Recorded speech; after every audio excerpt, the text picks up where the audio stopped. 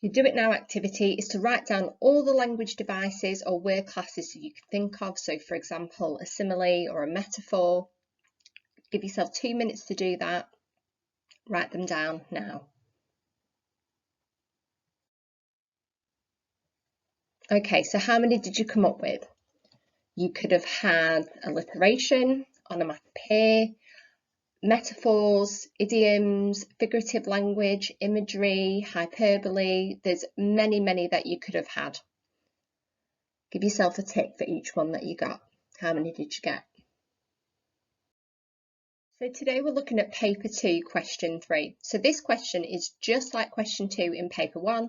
The only difference is that you've got a bigger chunk of text to look at. So it's slightly longer and the question is worth more marks. So this time it's worth 12 marks instead of 8. So you're going to have to write more. You're going to have to pick out more words and phrases and talk about the effects of those phrases. So in this question, you need to comment on the language devices and their effect. You need to consider why the writer has used these devices. If you're struggling to find devices, you can comment on single words. So if you aren't sure on something, you can always just say the writer uses this word and it has this effect. Or look at something like imagery. Imagery is something that creates a picture in your mind. You can always talk about that. So you have to use subject terminology though to get above the 4 to 6 mark band. So remember that. So if you're not sure on language devices, this may be an area that you want to revise. So AQA have said that the key to success in question 3 is to focus and comment on the effects of language, and that the best responses explored in detail the effects of specific words and phrases. So it's not about the subject terminology necessarily, but how much detail can you go into about the effect of the words that the writer has chosen. So can you talk in detail about why that word was chosen, what particular effect that word has on the reader, what that word means? Okay. So the question that we're going to be looking at for our assess piece is this one. You now need to refer only to source B, Dickens's description of being homeless, which is the last 2 paragraphs of the text. How does Dickens use language to describe the people and the places? So what I want you to think about is, what are the essential parts of this question? Okay, what are the key bits? What are the bits that we need to focus on? So I would like you to pause the video now and pick out the things that you know you have to do in this question. What is important? Okay, so these are the key bits. Did you get them? We need to remember that we're looking at the last 2 paragraphs, so make sure that you know which section of the text that you are focusing on. If you did answer on the wrong area, you would be awarded some marks. However, they would downgrade your response. So do check that you're writing about the right bit.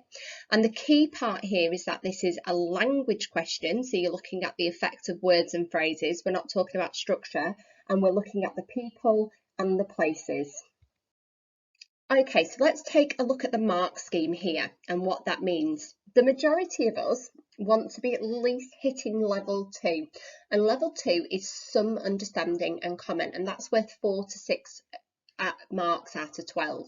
So to get 4 to 6 marks, you've got to be able to show some understanding about how the writer used words. So you need to be making some comments on effects. So in our what, how, why paragraphs, you're saying why that word has been chosen, what effect that has on the language, that you are using some appropriate textual detail, so that you're selecting some quotations, and that you are using some subject terminology, not always correctly, but that you're using some terminology. Okay, so what is key here with some terminology is that you have to pick out at least 1 or 2 techniques, so an adjective or a verb or a simile or a metaphor, and you have to say what the effect of those things are to reach that band. Okay, so level 3 is clear and relevant explanation, so that you are explaining clearly the effects of the writer's choices, that you've selected a range of relevant textual details. So we're looking at 3, 4 quotation, and you're using clear and accurate subject terminology. So for each kind of technique that you picked, each quotation that you picked, that you've identified a language feature within that. Remember, within one quote there can be multiple examples of techniques. So for example, if we look at one of the quotes that we're going to look at today, the pattering rain, we could talk about the weather imagery, we could talk about the onomatopoeia pattering, or we could talk about the adjective pattering. So you can pick out multiple techniques within one quotation. So remember, just having a range of language devices that you're able to identify is really, really useful, and that's an area for your revision. For level 4, that's much more difficult. That's perceptive analysis, where you are really, really going into detail about why particular words have been chosen and what effect do they have on the reader. So that you're using short quotations, you're using quite a number of quotations and maybe making connections between the paragraphs.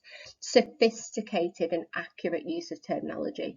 So to get that top band, you really have to go into quite a lot of detail. So it's quite difficult to get there, but it doesn't mean that you can't. Okay, before we go into today's lesson, I want to just give you a little bit of background about Dickens and the criminal class. So Dickens began his writing during a period in which social observers of the city began to fear that a separate and sinister underworld had developed in the heart of London, the world's largest city. And it was really important in Dickens' writing. We see that in A Christmas Carol. So there's kind of levels in A Christmas Carol. You've got Scrooge, who's, you know, wealthy and upper class. You've got Fred, who's educated and middle class. You've got Bob, who's poor. But, you know, he's got a sense of morals and he's got a sense of social responsibility. But beneath that, there was this criminal underclass, and they're the people who, you know, steal. They're the people who are drunk on the streets. They're the people that we see when Scrooge sees his death, who steal his property, who undress him so they can sell his property. So although Dickens was trying to improve life for the poor, he actually did make things worse for this criminal underclass that were emerging. They kind of got the blame for their situation rather than recognising that perhaps they were there because they lived in poverty. So it's very important that you understand that there's a difference between kind of the poor in Dickens's work and this criminal underclass that he was writing about. So Victorians became quite obsessed with this idea of the criminal class who lived entirely on the proceeds of crime, and they preyed upon the respectable people of the West End of London. So to make matters worse, this criminal class lived in undetected in the dark back streets, the rookeries and the courts of the East End, a place where civilised, wealthy people feared to go. You know, however, this Victorian idea that an organised underworld separate from the rest of society who was systematically preying on the wealthy was largely a myth, and it was perpetuated by people like Dickens, who didn't actually help the situation for the poor by representing them this way. So remember, we talked about Thomas Malthus and the Malthusian ideas. Dickens actually perpetuated that through the way he described this criminal underclass, these people who were driven to crime because of their poverty. Dickens wasn't making up this information though. This was something he had witnessed for himself in the dangerous underworld of London, and he wrote about it in his journal called Household Words. So this wasn't made up, this was something he had seen, but his understanding of why perhaps that was occurring was maybe skewed. Okay, so he visited the underbelly of Westminster and he described it as the Devil's Acre. So he genuinely kind of believed that these people were bad people, whereas we now know that often people are driven to crime because of their poverty, not because they're bad people. And he informed his readers that it was an error to think of Westminster as simply a district of splendour and grandeur, since the back streets flowed the blackest tide of moral turpitude, as it was the most notorious haunt of lawbreakers in the empire. And this actually quite scared the wealthy people, because they were on the front of it, they could see the wealthy Westminster, but behind it was this criminal underbelly. So Dickens explicitly linked filth and squalor with crime. So basically, if you see a dodgy area, it's because it's littered with crime, whereas we know that, you know, crime is more likely to happen in poor areas, but not necessarily because it's the fault of the people. So Dickens' portrayal of the morally depraved underworld that live in filth and squalor became an accepted view of the poor in the East End by the 1850s. and that led to a lot of kind of persecution of the poor. So Dickens, although he was trying to improve situations for people like Bob Cratchit, he wasn't necessarily improving the situation for the criminal underclass, the people that were driven to crime because of their poverty. Okay, what I would like you to do now is I would like you to pause the video and I would like you to read this part of the extract. This is not the extract that you are going to be commenting on. This is the background, the context to it. So I'd like you to read that there. This is available in the assessments tab on Teams, and you should, if you're in class now, you will have a copy of that. So take a few minutes and read that now. Okay, so this is a section of the text that we are going to be looking at, and I'm going to read it to you. At length, these flickering sparks would die away, worn out. The last veritable sparks of waking life trailed for some late pie man or hot potato man, and London would sink to rest. And then the yearning of the houseless mind would be for any sign of company, any lighted place, any movement, anything suggestive of any one being up, nay, even so much as awake, for the houseless eye looked out for lights in the windows. So this part of the text is describing as London comes to a close at night. So everybody's gone home from the public houses, they've bought their food, they've headed home, and London has become really quiet. And the houseless mind is a homeless person, okay, and these people are desperate for signs of company because it is quite lonely in the streets of London at night, and they're looking about for any sense of light, anything that suggests that they're not alone, okay. So they're looking out for lights in the windows, they're looking for anything to stop their mind from wandering to their situation. But obviously London's come to rest, so that causes the houseless mind, so the homeless person, to start walking around endlessly looking for signs of life amongst London. So walking the streets under the pattering rain, houselessness would walk and walk and walk, seeing nothing but the interminable tangle of streets, save at a corner here and there, two policemen in conversation, or the sergeant or inspector looking after his men. So just to point out there that houselessness, okay, it's got a capital letter there, so it's become a proper noun. So Dickens is given this name to one homeless person. So houselessness is one homeless person that is describing. Now and then in the night, but rarely, houselessness would become aware of a furtive head peering out of a doorway a few yards before him, and coming up with the head would find a man standing bolt upright to keep within the doorway's shadow, and evidently intent upon no particular service to society, under a kind of fascination, and in ghostly silence suitable to the time, houselessness and this gentleman would eye one another from head to foot, and so, without exchange of speech, part mutually suspicious.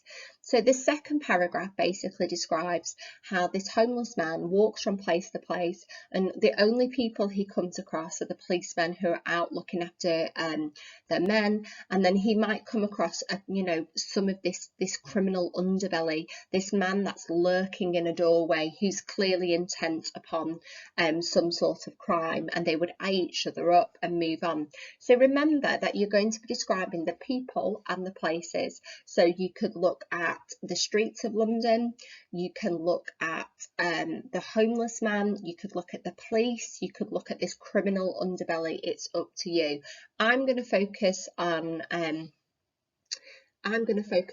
London, and I'm going to focus on the homeless man, but you can look at any other things within that text. It's completely up to you.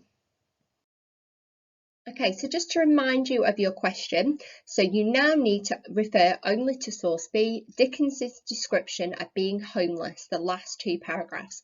How does Dickens use language to describe the people and the places? So remember, we're looking at language techniques that have been employed by Dickens, and we're looking at the people and the places that are described. Okay, so if I was there in the lesson with you, or you were watching this lesson online, you will have seen me annotate this section of the text, but I'm going to talk you through these annotations. So the first thing I did was I used two highlighters, a blue one to pick out the people and a green one to pick out the places. And I went through that and I annotated any techniques that I could spot related to people and related to places. So I started with the fact that the people of London who are leaving these public houses are referred to as flickering sparks, and I thought about that being a metaphor, but I could also have looked at the word flickering. I could also look at the noun sparks. It's up to you which technique you want to pick out there. And I thought about what that meant, like they were sparks of life. And I thought about, well, why do that? Is it because these people are actually living and the houseless people are not? They're almost dead inside because they just live in the darks of streets. Or is it because these people can cause conflict as they're heading home? So I talk about in detail about why I think that was why that was used. I was really interested in the word sparks and the fact that they die away, and they were worn out, and then went home to rest. And I felt like this was the semantic field of death. I felt like that Dickens was saying that as these people go home, London actually kind of dies for the houseless people and they are literally left. And it reminded me of A Christmas Carol. Do you know the ghosts wandering through stave one?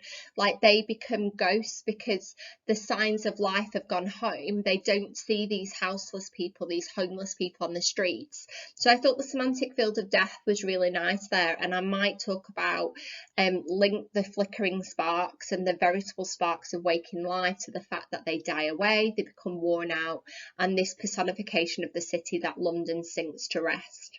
Okay, now not on this annotation because we talked about this in the lesson, was the verb they sink to rest. It was almost like, again, like the end of something. It reminded me of the sinking of the Titanic, and these houseless people are just kind of the remaining survivors. It was a really interesting image, so it might be worth exploring that. We looked at the verb yearning, which is a feeling of intense longing for something. So that verb yearning there shows kind of the desperation of the homeless people for some sort of connection. And we see that with the repetition of any straight after. So we could link the verb yearning into the repetition of any. They look for any sign of company. They look for any lighted place. They look for anything suggested of anyone being up, nay, even so much as awake. So this repetition of any highlights the desperation of the homeless people. They literally feel like they've been abandoned. They feel like they're alone. It's really quite emotive. We move on to the second paragraph, and we've got this image of walking the streets under the pattering rain. And we talked about during the lesson the fact that we might mistake this for pathetic fallacy, and it's not. And it's not pathetic fallacy because there's no emotion specifically mentioned. So although nature does reflect the dismal life of the homeless man, it's not an example of pathetic fallacy. You wouldn't be necessarily marked down for getting that technique wrong, but it might prevent you from hitting that top band, because remember, we've got to be perfectly accurate to be getting right up there. So it is nature imagery, or we could look at the pattering rain, so the word pattering. We could look at the verb walking the streets. There's other things we can talk about, but I would put it down as natural imagery. And this natural imagery really reflects the dismal life that the homeless man has. And the verb pattering, it's very particular, and it highlights the monotony of this guy's life. It's constant. So the weather is reflecting the misery of his everyday existence. It's just endless. It's just all the time. And I thought it was really interesting in this second paragraph that Dickens uses the proper noun houselessness. So he gives this homeless man a name. This is what he calls him, and that actually dehumanises him. It reminds me of calling Curly's wife, or Crooks because of his back. This is not his name. It gives him a lack of identity. So you might want to talk about that. And we've got the repetition of walk and walk and walk, which we talked about on a different slide. So those are the things I would talk about. I would talk about the description of London. London would sink to rest. I'd talk about the streets being an interminable tangle, that endless is, it's just a sense of nothingness. And I would talk about maybe link it to the context, you know, Dickens' description of the underbelly. I'd maybe link it into kind of Christmas Carol, that these people are kind of like ghosts, they're like the living dead, they're just wandering around with like no real existence. Okay, so on the Teams area, or if you're in class, you'll have a copy of this in front of you. You will see this activity. What I would like you to do is to read the extract and pick out the language devices or word classes that you might want to analyse in relation to this question. Remember, the focus of the question, the people and the places witnessed by Dickens. So you should pause the video now to complete that activity. Hopefully by now you will have completed the grid that looks like this. I have picked out two for you. You will have seen that on the example. So personification, London would sink to rest. So make sure that you have completed that activity. Okay, hopefully by now that you will have completed the first two columns, identifying the language devices and the quotations that will support that.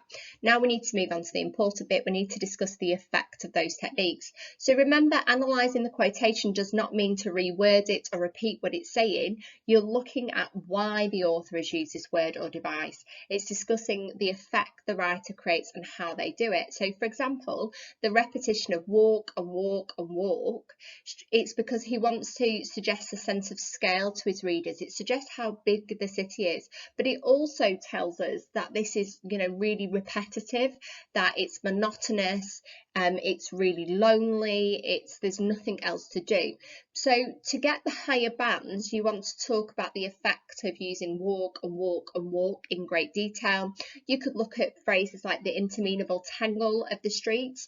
You could look at the fact the tangle is a noun. You could also talk about the fact that's a metaphor, because it's obviously not a tangle, it's the city streets. And perhaps Dickens used this noun, used the word tangle, to suggest there's no logical layout to London. It's a sprawling mass of streets, and Dickens is suggesting that it never ends and you can easily get lost. Okay, so to get the higher marks, you have to talk about the effect of individual words. I'm not going to go through this in great detail, but you may want to pause the video now if you need to take some notes from this, or you need to complete your grid. These are the language devices and word classes that I picked out with the matching quotations and what I think the effect of those quotations are. So if you need to complete your grid, please do that now. Okay, what you'll see on the final slide are a series of sentence starters that you can feel free to use to structure your writing.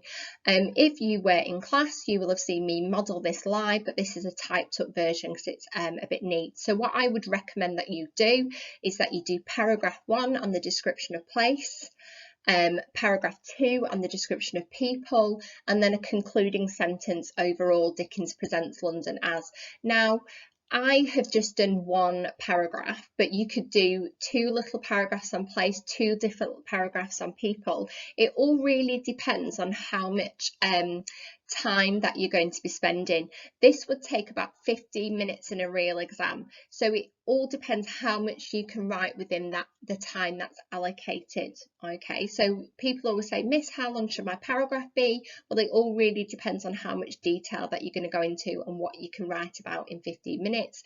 But you should definitely be covering place, you should definitely be covering people, and then definitely an overall, what all this together, how does that present you know, London? How does Dickens describe London? So this was my response. So firstly, Dickens presents the London he sees on his walk as dismal and depressing. He creates this impression by describing how the homeless walk the streets under the pattering rain. Perhaps Dickens uses this strong imagery of the weather to emphasise how miserable life is for the homeless, people who spend their lives on the street. Furthermore, the rainy weather is described as pattering, which creates an impression of monotony and consistent misery. As a result, London is created as a bleak place without hope for people with nowhere to call home. And then I would then go on to the people. So secondly, the people of London are described as, and I can use those sentence starters again. And I might want to think about overall. So remember, this is where I could link into Dickens's view of the underclass, of the seedy underbelly of the city. I could link it into what I know about Christmas Carol, with these people who are walking the places with no sense of existence. You know, it's up to you what you'd like to put for your overall. I don't want to limit you there. So using all the notes, the grid, my annotations, the sentence starters, I would like you to write up your answer. So do not forget, the most important part of your answer is the explanation of effect. Obviously, you know, we're not in exam conditions right now, but don't spend more than 30 minutes on this question, okay? So you've got everything you need. You've got my grid, you've got my annotations, you've got sentence starters. Spend about 30 minutes on this response and then you will be done. Off you go.